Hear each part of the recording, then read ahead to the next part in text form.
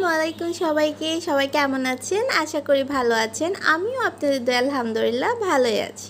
সেদিন চলে গিয়েছিলাম বারকোডে, আর বারকোডে গিয়েছি কারণ আমার এক ফ্রেন্ডের আমার বান্ধবী অনেক বেশি দোসা খাওয়ার ক্রেভিং হচ্ছিল। তাই আমরা ভাবলাম বারকোডেই চলে যাই, যেহেতু দোসা খেতে ইচ্ছা করতেছে। আমরা দুই বান্ধবী মিলে বিকেলেই চলে গিয়েছিলাম দোসা খাওয়ার জন্য। আর আমি বারকোডের দোসার কথা কি বলবো, যারা খেয়েছেন তারা জানেন। ওখানকার দোসা আমার কেন জানি না ওই দিন ভালো লাগেনি, কিন্তু এর আগেও আমি দোসা খেয়েছি, বাট তখন ভালোই ছিল। বাট এখন ওদের টেস্ট রেট জানি কি হয়েছে বুঝলাম না, খুবই বাজে একটা অবস্থা ছিল। হয়তো সবার টেস্ট একই না তাই।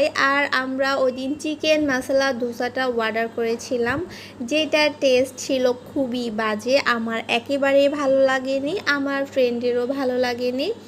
তবে ভিতরে পুরটাও কেমন জানি ছিল, চিকেনের সাথে কেমন জানি হচ্ছে মিষ্টি কুমড়া টাইপসের কিছু একটা দিয়েছে, খুবই বাজে ছিল। আমার একেবারেই ভালো লাগেনি।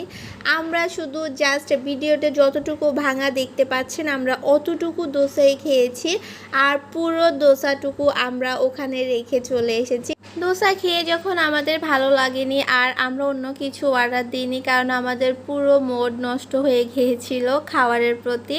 তাই আমরা ওখান থেকে এইটুকুই খেয়ে চলে এসেছিলাম, আর ওখানকার কিছু ট্রাই করিনি।